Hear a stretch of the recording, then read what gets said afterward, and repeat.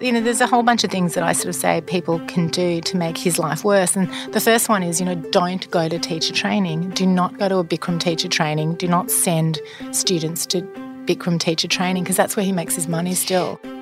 From Mamma Mia, you're listening to No Filter, and I'm Mia Friedman. This is a story about fame and power and money and celebrity and yoga. And the point at which all of those things meet in the middle is the story that you're about to hear. You may have heard of Bikram yoga, or maybe you've even done it. I haven't, because it sounds like my worst nightmare even before COVID. But here's how it works. It's a 90-minute routine of 26 postures performed in a room heated to 48 degrees, founded by a man called Bikram Choudhury. Wearing signature tiny black Speedos and his long hair pulled back into a tight ponytail, Bikram Choudhury was the king of an empire that was built on sweat and obsessive devotion. And as we learn in a recent Netflix documentary called Bikram, it was also built on a culture of sexual harassment, rape, and maniacal control. Lots of people describe their chosen form of exercise as a religion, but none quite so much as the followers of Bikram Choudhury, many of whom would pay $15,000 each to attend his teacher training camps. In this new post-COVID world, it's almost obscene to think about being squished up in a boiling hot room, crowded with sweaty people and bodily fluids flying every time someone flicked their arm or leg in the air. But the truly obscene part of the Bikram story has nothing to do with the potential spread of germs. What you need to know about Bikram yoga is that its founder was a sex pest and a predator, and he used his cult leader-like status with his followers to do some really terrible things. He's still doing them. There's a documentary that tells this story. It's called Bikram, and its Academy Award-winning director is Eva Orner, who came home over the summer to visit her family and to talk to me about the extraordinary story of Bikram.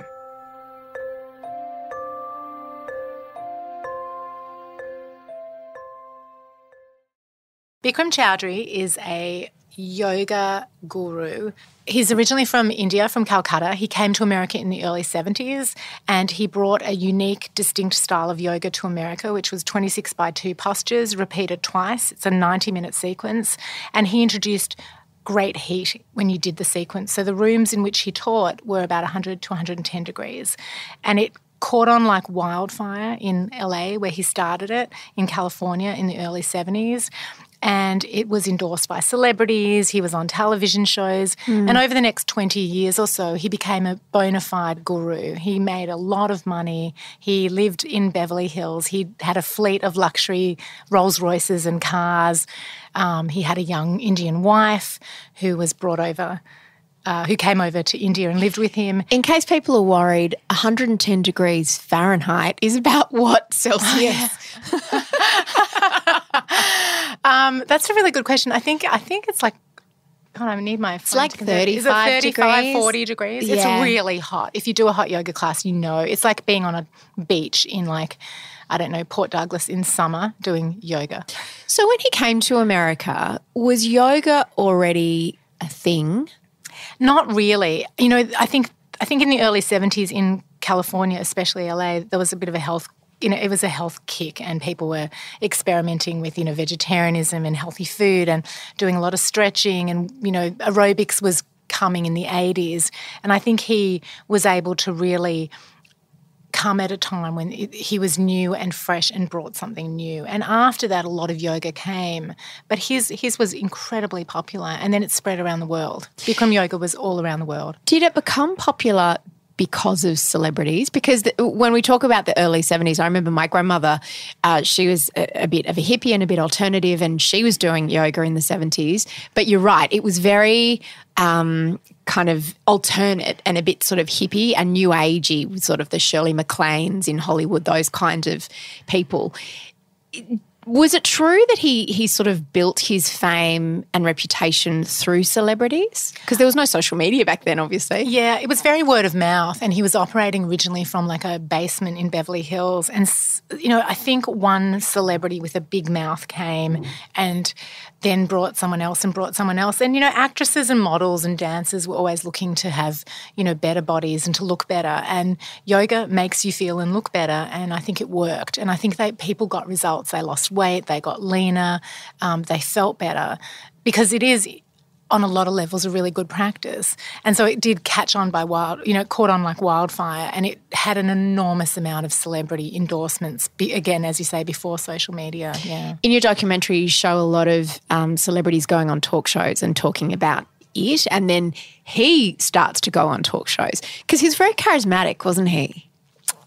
I mean, I got to say, I don't overly see it. It was really hard for me coming into the film knowing the entire story of what a terrible person he is and having to show his charisma. That was, in fact, the hardest challenge of the film, because I don't like him. I think he's a terrible, terrible man who's done awful things, and I think he's a criminal. And so as a filmmaker, I have to sort of put that away. And one of the biggest challenges in Act 1 was to show his charisma and his appeal, because if I didn't capture that, then the people in the film who fell for it and who became part of this cult and who loved him would look foolish, and they're not. And I really respect and admire them. So that was actually the hardest challenge. And my fantastic editors, Kimberly and Forrest, and I spent a lot of time going through a lot of archive, looking for him being charismatic and charming. And to me, there's always this sort of layer of, snake skin, snake oil salesman, kind of just he's sort of creepy. But I guess at the very beginning, there's some really early footage we show of him, in the early 70s. I think it's the Dinah Shore show. And he is somewhat charming. But to me, I can still see through it. But it's very hard when you know who he became. Yeah, when I say charismatic, it's more like he was a big personality, in the same way that a lot of, entrepreneurs or men with these big followings, because he developed this almost cult-like following of students. Yeah, I mean, look, I think I'm coming from a very biased perspective, but sure, he was charming. He was very different. A couple of people, this isn't in the film, but a couple of people said, he was the first Indian I met. He was exotic. He was handsome. I mean, he's tiny, but he was handsome. Is he tiny? Yeah, he's really small. I think he's about probably 5'4". Oh, wow. But he had a great body. He had a big personality. And one of the things people talk about early is, they'd never experienced someone like him. He didn't take people's bullshit, and he was very honest. So if you were, people say he would yell out, suck in that fat fucking stomach, and he wouldn't indulge you, and people got results, and people loved that. And that says a lot about people. Because if somebody screamed at me to pull in my fat fucking stomach, I'd tell them to go fuck themselves. But I wouldn't take that. That's unacceptable behaviour. But some people need, it's like Exactly. You're not the type of person who would go to a boot camp, for example, and enjoy being shouted at, but some people really do respond to that, don't they? And that's a part of the film. A lot of people got huge results, and they needed a figure like that to kind of yell at them. And this is part of classic cult mentality and behaviour. And you sort of said it's like a cult, and I'm like, I think it is a cult. Yeah, I mean, it's real. It became very cult-like, and a lot of people who got really into it. Somebody used the term with me and said they were seekers. They were looking for something. So whether it was, a bad childhood or a death or addiction or a new start in their life. Yeah. Some purpose. They were looking for something. And they got it there, and that's why they fell so deeply into it, and then they wanted to become teachers. And another common thing was you came with an injury or a depression and he healed it.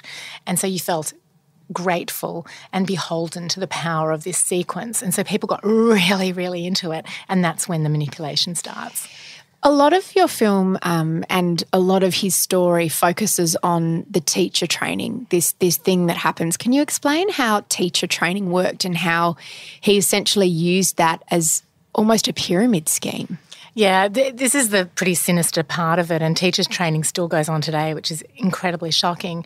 And this is how he made his big money. So twice a year he would hold, and still does, hold 9-week teacher training. So if you want to become a teacher and teach Bikram yoga, which at the time early on was the only hot yoga. So if you wanted to teach Bikram yoga, you had to go through teacher training. Because it was a trademarked name and it was like a brand of yoga. Yeah. I mean, he tried to trademark it legally, but he was thrown out of the courts in America. But he just kept this hold on it where he would make you couldn't open a studio, a Bikram studio, without his consent or without doing teacher training. And a lot of people wanted to do that. They'd found their calling and that's what they wanted to do.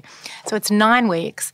It was between $10,000 and now it's about $14,000 US, which is a lot of money. And also, I'm always scratching my head sort of thinking, God, who has 9 weeks to take off from their life? I was thinking that when I watched it. I was like, who are these people? And that speaks to what you said about people at a bit of a crossroads in their life, because not everyone can just say, hey, I'm going to spend 9 weeks and all this money living in a hotel in LA or wherever it was. It was mostly in LA, wasn't it? And do yoga 10 hours a day for 9 weeks. It's pretty intense. Yeah, people were looking for a change, a new career or whatever it was. It started in LA and then it started at actually the headquarters in central LA, and then it moved to like hotels in LA where people were sort of sequestered for 9 weeks. So you were like locked away in this hotel with, whether it was 50, then it was 100, then it got up to like 500 people doing it. And then they went on locations to like Puerto Vallarta and other places. So they were sort of in these, not low rent, but not 5-star kind of resorts. And it's, it was at 450, 500 people doing hours of yoga a day, then having endless lectures by his staff and late at night by him that were just nonsensical and incoherent, and he'd just talk and talk and talk and talk. About what? About, God, it's quite hard to they're sort of rambles. He would talk about yoga, but then he would just talk about his theories on life, and that's when he would get into being abusive, or, he would say awful things about gay people or Jews, or he'd be racist, or not all the time, but things would slip in and very few people would stand up to him. And I think it was a combination of people were exhausted, people weren't eating properly. They were doing tons of hot yoga. Because he told people they shouldn't eat, right? He said the best food is no food. Yeah, and he claimed he didn't eat or sleep, and that's not true at all. He claimed he had 1 hour of sleep a night or something like that because he had superpowers. Yeah, which is just not true. But I do believe he doesn't sleep that much because he's awake all night. What he did was he did these late night lectures, then he'd watch Bollywood movies with people and they'd all be falling asleep. And then he'd kind of pick some young girls and they'd go up to his room and they'd watch more Bollywood movies, and that's kind of where he would single someone out and kind of, pounce separate on them from the pack. People would leave and there'd be one girl left in the room. And it's a tricky thing because there's some complicity, and that's what's always difficult about these stories. And, we're seeing it with the Harvey Weinstein trial, which is just starting. Certain people would never go to someone like his to his room late at night, but it doesn't mean that they deserve to be abused or raped. He's their guru. They're trying to please him, or they want to spend more time with him, but if they say no, it means no, and I'm very clear on that. It's okay if there's a bit of complicity. It doesn't mean that they can be raped for it. So it's that greyish area that's very uncomfortable, I think, with sexual abuse that that's part of this story. And I think most audiences are really getting it, that, he is a pretty evil man and he operates in this way and he's a predator, a classic predator.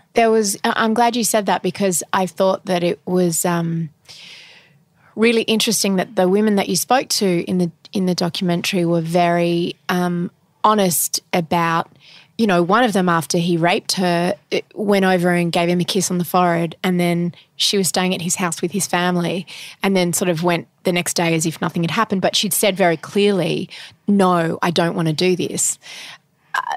It spoke very much to the thrall that they were under. Yeah, and that cult-like mentality of power imbalance. That's exactly it. I have a lot of respect for all the women that spoke to me. They have nothing to gain anymore. They have lost. They have got nothing. A couple of them got really, really small settlements. They were humiliated. They lost their community. They lost their profession. They lost money, their ability to earn. They were vilified by their friends and their community, because at the time, you have to think, in like 2013, 14, when this was happening, it was way pre-Me Too. And there was no world kind of clapping and saying, fantastic, way to go, girls, you speak out. And you just have to think back to like Monica Lewinsky as an example of that. They were bullied and they were shamed. And for them to come out years later and talk about it again on such a public way. I'm very, very proud of them and very impressed with them. And I think they're all feeling really good about it because it's had such a big reception. And I think it's like the final word for them. Sarah, the very attractive girl with the long hair who was abused by him. She was one of the first to come out, wasn't she? Exactly. And she told me when she first watched the film with me, we watched it privately together, and she told me that it was like closure for her. She said, I never got a trial, and this is like closure for me. So I think they've had a really good experience, but I just can't sort of overemphasize how brave they were and how ahead of their time they were, and how, this is a pre-Me Too story landing in a post-Me Too world. So it's two very different worlds, and I think that's probably why it's being received really well. That's so true what you say, because with Harvey Weinstein, as scared as those actresses were to come out, the moment that story was published, Hollywood wrapped their arms around these women. And in the case of the women who came out and spoke out against Bikram, the opposite happened, didn't it? Yeah, their lives were ruined. They were threatened, they were vilified. And the other thing that's really interesting now, again, in a post-Me Too world, is a lot of people in the Bikram community, not all, but a lot, have reached out to them for the first time in years saying, I'm sorry, you were right. I should have spoken out. I should have said something. And that's what's also particularly interesting about Jacob, who's the guy in the film who cries at the end. He'd never spoken before and he knew. He says in the film, I knew, Sarah told me, I knew lots of other women and I never said anything. And it's really interesting because when he cries at the end of the film, he's not really crying for that. He's crying at the loss of this father figure. He's still so affected by it. He almost seemed angry, didn't he? Because so many people were invested in Bikram being their guru, and he was tied up with so many things about their lives that they didn't want to believe, which is very different to Harvey Weinstein. Yeah. It was a really big thing for Jacob to do, and he wanted the night before, on the day of the interview, he told me the night before he was going to call me and pull out, and I was so grateful that he didn't, because we needed a man. I think one of the things that's so important about him speaking up is, where are all the men? He's the only one that's really spoken out, and I approached a bunch of them and they all wouldn't talk to me. So I feel like he was incredibly honest because, again, he cries at the loss of the father figure, not at sort of the betrayal of the women. He acknowledges the betrayal of the women and he feels terrible guilt about it and he's worked through it all. But he sort of, it's really funny, all the women in the film and Jacob all got together and connected via email, and now they're friends. And actually Jacob, I think, and his husband are going to India to teach at Mandeep's studio, who is the Indian woman who Bikram abused. So they've all sort of kind of contacted each other and connected and formed this group, and it makes me so happy because that's what you want when you make a film. You want audiences to react and go after someone, but you also want it to be a positive experience for the brave people who participated. So it's been very, very positive like that. That is a positive, because there's no justice for them in the end, is there? I mean, I think and that was shocking to me. I think there's a bit of justice now, and this is, one of the great things about having a Netflix original production is it goes out to, 150 million subscribers in 190 countries. And, I've been given some figures which, are confidential, but, millions of people have seen this film. And one of the things I say when I do press all the time is, what can we do? Because the film leaves you angered and enraged. Because he flees America, no criminal charges are filed, which is an absolute mystery as to why they weren't. And he's now, first he fled to Thailand, now he's in Spain. He's got a base in Calcutta, but he travels constantly and he teaches all around the world, and now he's doing teacher trainings in Mexico and Spain. And he funneled all his money out of the country. He didn't pay the judgment for $8 million. The settlements with the women are very small and ongoing. So he really got away with it. And so, there's a whole bunch of things that I sort of say people can do to make his life worse. And the first one is, don't go to teacher training. Do not go to a Bikram teacher training. Do not send students to Bikram teacher training, because that's where he makes his money still. So Bikram still exists today as a brand, There's studios in Sydney and Melbourne, and probably, actually there was one in Byron. I was just in Byron Bay. There's a Bikram studio in Byron Bay. How is that? They're not franchised. He tried to franchise. It's a little unclear, and we didn't overly go into it in the film because, it's just not that interesting. He franchised, but most people didn't pay franchise fees. It was more to do the franchising. You had to open a studio, you had to get his approval, and you had to do teacher training, and the teachers teaching in your studio had to do teacher training. Is that still the case? Probably. I would say, yeah, for Bikram Studios, absolutely. It depends on the person who owns the Bikram studio, and now that it's all fallen apart, it might be less. But I think a lot of Bikram studios send wannabe teachers to Bikram's teacher trainings because that's who's going.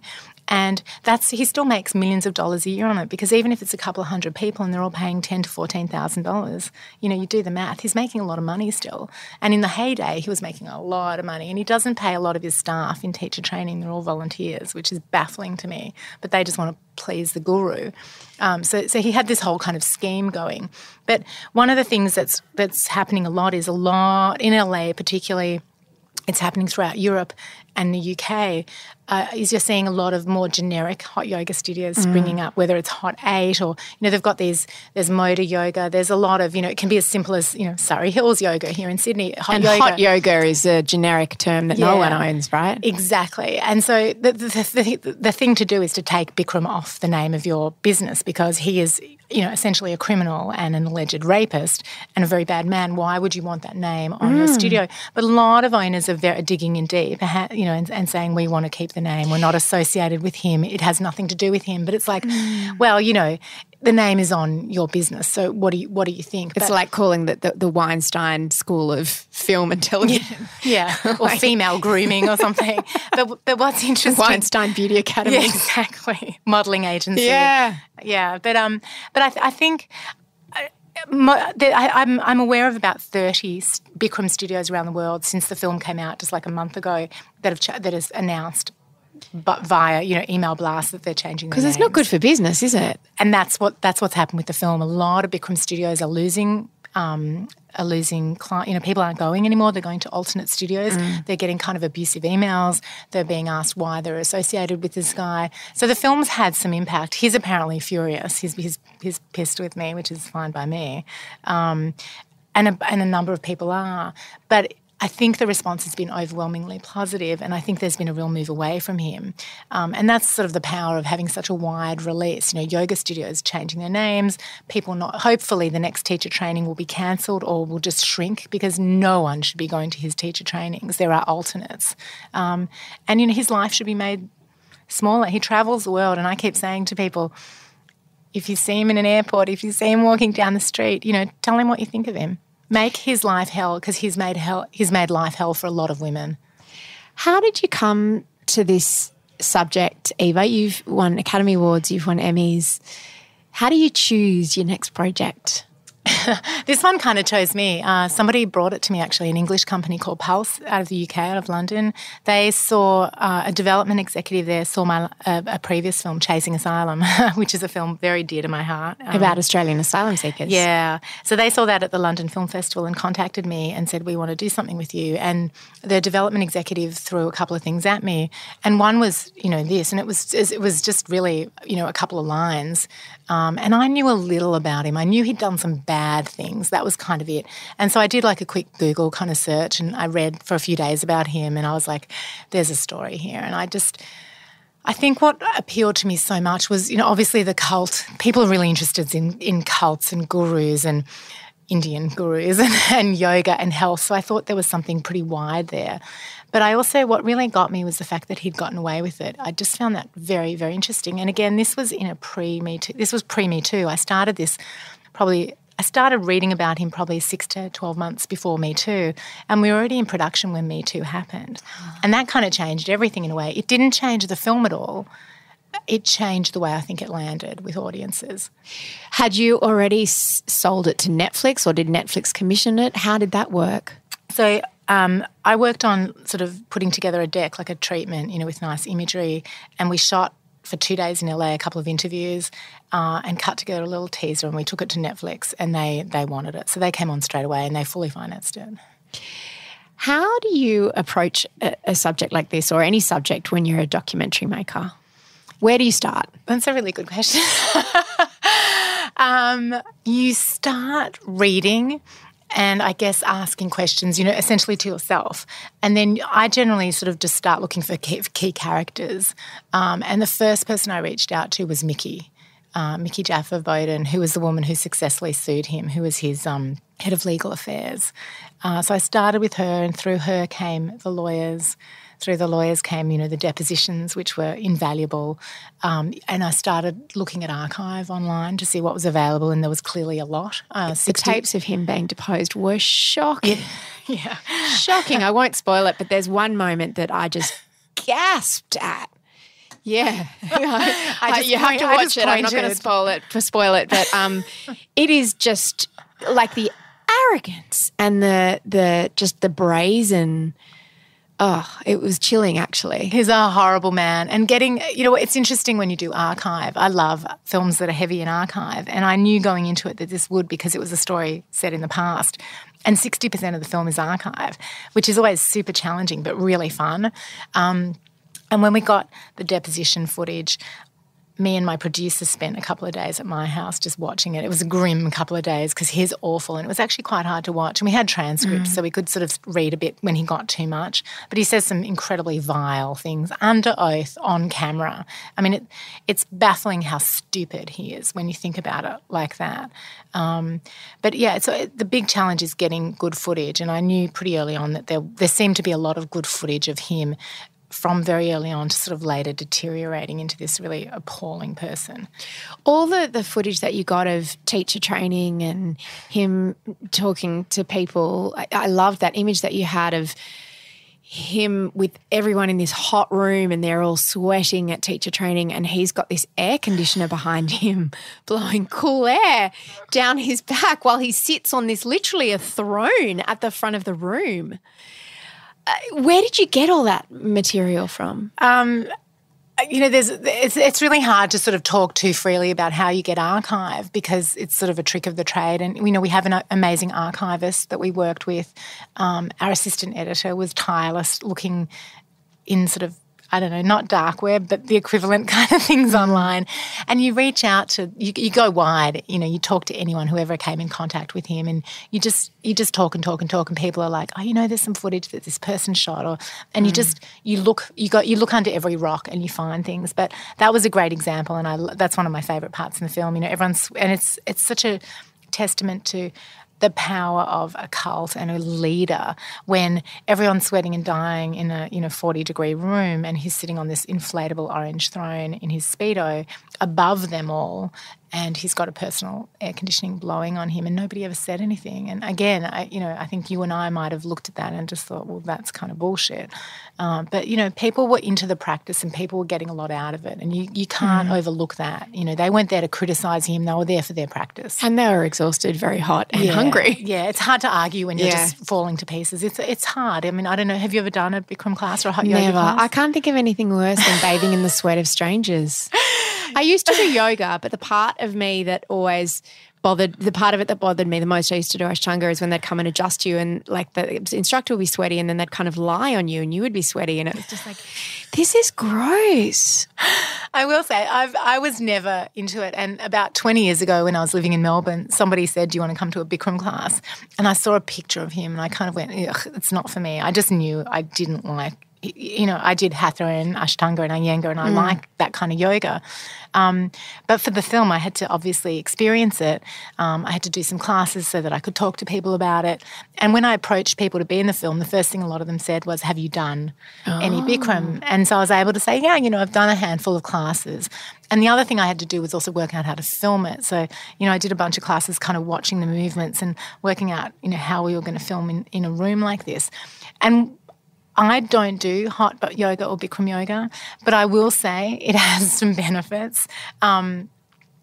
I have a lot of injuries and you feel fantastic after it. Like I've got metal staples in one of my knees and it felt amazing after it. The heat does do something.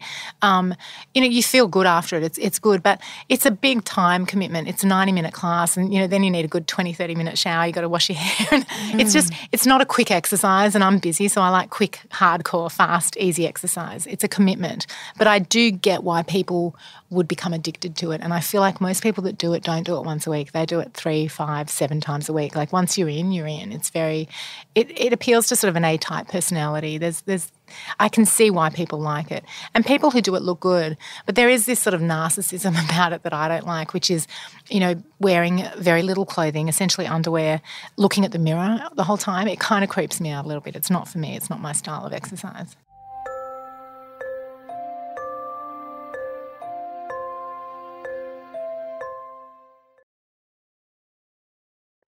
Tell me about the decision to move to LA for work. I actually moved to New York in 2004, and it was actually not for work. I mean, I don't normally tell people this, but I'll tell you because I'm a fan. Love? Yeah. It was for love, and it went badly really quickly. It wasn't even New York. It was to America. That's the reason most people move overseas. But I will say it was a catalyst to move me, and really good things came from that. So I'm actually... How old were you at the time? I was 34. So it was actually a really great thing, but, the first 6 months were really bumpy. What was your life in Australia like before you left? It's a good question. I'd been producing films and television and documentaries for, I guess, maybe 10 years, and I'd been successful, not hugely and not to the level that I have in America, but, I'd won an AFI, which is now an ACTRA award. I'd won a Logie. I'd won a Human Rights Award. I was working regularly. Oh, babe, you've won a Logie. I got to say, I love that. I don't know what where did you win a Logie for? For the first film I made with Sarah Barton, a documentary about people with physical disabilities and sexuality called Untold Desires. It was a really good film. I was working, but...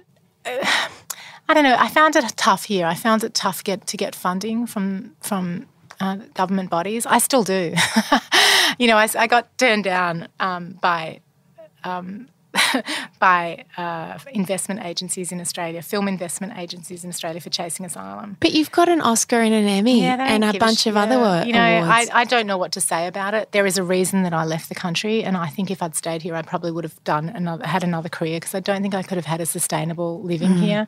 I think some people... The pond was too small? I just think some people become favourites and do really well. And, I still pay tax here. I still have a company here. And, they get government money, and that's great. And I just didn't get a lot. And I wasn't very successful. And, when I came back with Chasing Asylum, I thought maybe they would be a little bit more, I don't know, welcoming. And who funded Chasing Asylum? It was all private money and the offset. So I raised a lot of private money. And got turned down. Where can people agencies. See Chasing Asylum, by the way? I think it's on Stan. Okay. I think, and if not, online on iTunes. But it was on Stan. I just don't get Stan because I live in America. So, yes, I moved to New York, lived there for 4 years, and got really lucky. The first few months were really tough. I did some really weird jobs, like on comedy shows and just things that I really hadn't done before. And then I met Alex Gibney, who is now one of the most prolific and successful documentary filmmakers, American, and he'd just made a film called Enron, Smartest Guys in the Room, which had been nominated for an Academy Award. Well, he was looking for a producer, and I had both scripted and non-scripted experience, and we got along and we started working together. So I worked with him for a couple of years, and we made like 5 movies. It was really intense, and a real baptism by fire for me, being new in America. And one of those films was Taxi to the Dark Side, and we went on to win an Academy Award and an Emmy for it, and it sort of really established me as a filmmaker in America. And then I worked with a few other amazing people in New York after that, Bruce Sinofsky and Joe Berlinger and a few other companies. And then after the Academy Award, I sort of had a shift, and I wanted to live in LA. I think I'd had enough of New York. Why? What's the difference for those who don't know? Well, I think now you can work from anywhere, and New York has a really great independent film hub. I actually just found it a bit exhausting after 4 years, and I always wanted to live in New York. I grew up loving New York, but I found myself at 38. It just, I don't know, I'm sort of a nature girl. Like when I'm in Sydney, I'm so happy. This morning I went swimming and I love the beach and I like the sunshine. And I found New York a bit exhausting, and it's fantastic, but I think it's a really young person's city or a really rich person's city. Yeah, I agree with that. I don't know. And I think during the Academy Awards season, I spent quite a bit of time in LA, and I just thought, I'm just going to move. And it was very impulsive and quick, and I moved quite quickly. What's that season like? Because we're in the middle of it now as we're recording. It's changed a lot. I mean, when we did it, we were 2008, and it wasn't social media time. I think I'd just joined Facebook. So, you know, you didn't post anything. You know, you had like 12 friends or something, and that was it. There was nothing else. And so it wasn't, I don't even think I'm just trying to remember. I think I had my first iPhone, and I don't even know if it had a camera. You know, we weren't doing selfies. We weren't photographing people all the time. So it was really different. It was kind of innocent and naive and kind of lovely when you think about today. It was much, much simpler. And there's still a lot of jockeying and rallying, but, you know, with documentary, the money's limited. And it was really just a series of screenings, a bunch of awards through the season that you'd go to when you were nominated. You meet the same filmmakers, you get to know them a little bit. It was quite fun. There was a lot of camaraderie. Among the nominees. Yeah, and also like other filmmakers and actors who you'd keep seeing, and after a few, you know, you'd see them like every couple of weeks at a different awards, and then they'd see your film and they'd be like, oh, your film's great, and, you know, you'd start talking, and, you know, like you'd have these interactions with sort of A-list celebrities that normally wouldn't know who you are. So that was kind of fun. And I was 38, I was quite young, and but at the same time, you know, our film was super serious, and, you know, it was about the Bush administration's torture policies post 9/11. So it wasn't exactly, you know, it wasn't like, yay. So we were, you know, I wanted to be respectful to the film. Like I remember, you know, I contacted a bunch of Australian designers to see if they wanted to loan me a dress, because I'd never worn a fancy dress before. I mean, I remember the Academy Awards was like the first time I ever had my makeup done. Like I'm not that kind of glam girl.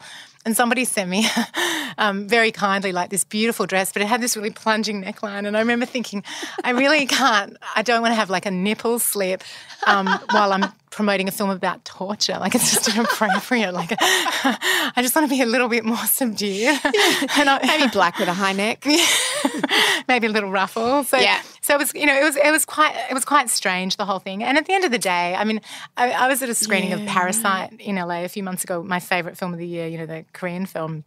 And somebody asked what it was like winning the Palme d'Or in Cannes, and he was like, you know, it was great. We got really drunk that night, and the next day I was on a flight home and working on my next project. And that's kind of what it's like, you know. It's, you know, I mean, maybe it's different if you're an A-list actress and your life is much more glamorous, but honestly, it's you know, it's really fun and it's surreal and it's silly and all of those things, and it's great because, you know, it means for the rest of your career you're an Academy Award-winning filmmaker and people take you seriously and want to get you in a room. The next day, does your phone ring off the hook? I don't mean just from people going, that was great, but like with opportunities and ideas and funding and offers. It's interesting. I produced that film. I didn't direct it, and Alex is the star of that film. You know, it was his baby. So I think that happened to him. What it did for me was get me into rooms.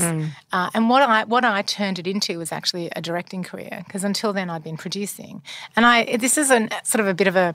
Explain the difference for people who don't know. Yeah, it's a good point. It's quite tricky in documentary. Documentary is very different from scripted films. But in terms of directing, or the way that I work now, I mean, I produce and direct most of my projects.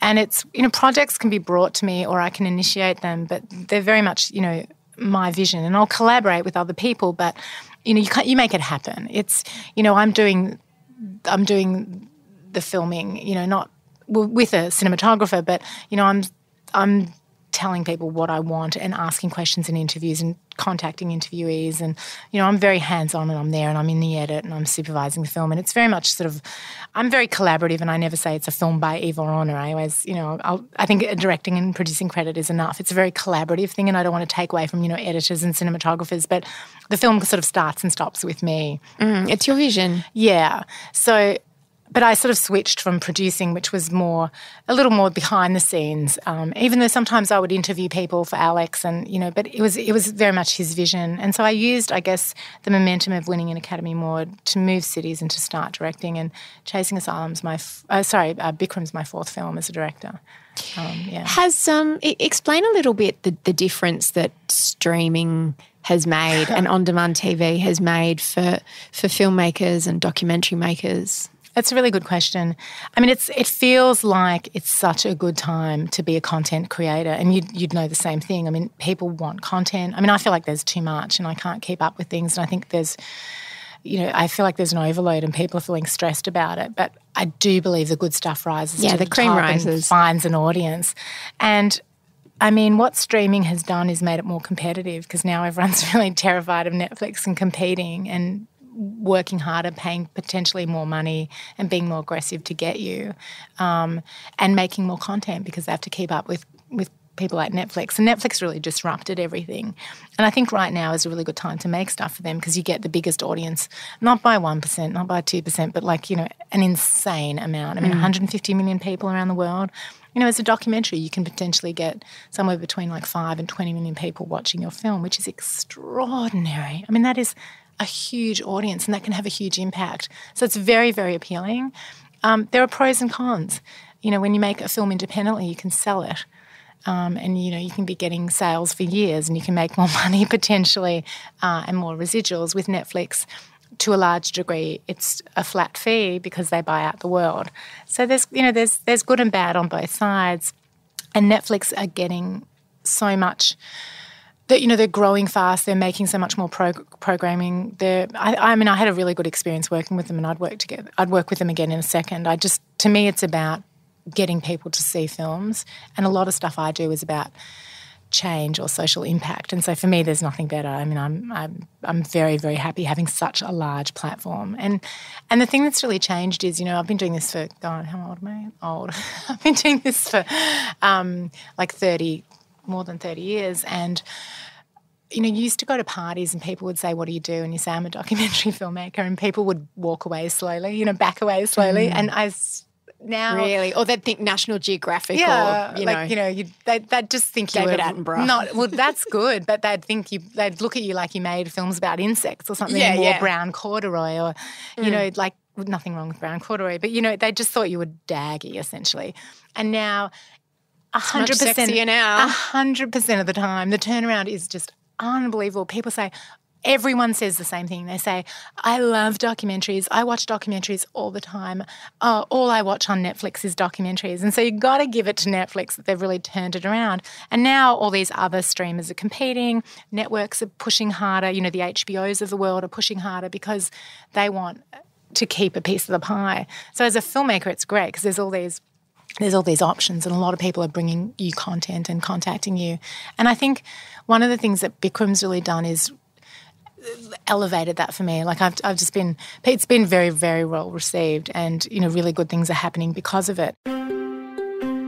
What a story. You can watch Eve's film, Bikram Yogi, Guru, Predator, on Netflix.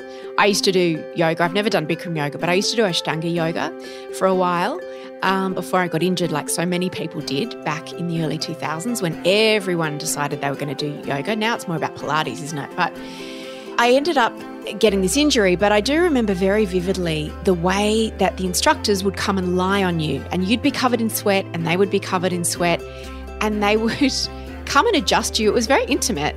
I think I mostly had female instructors. I went to a couple of classes where there were male instructors and I felt incredibly uncomfortable about it.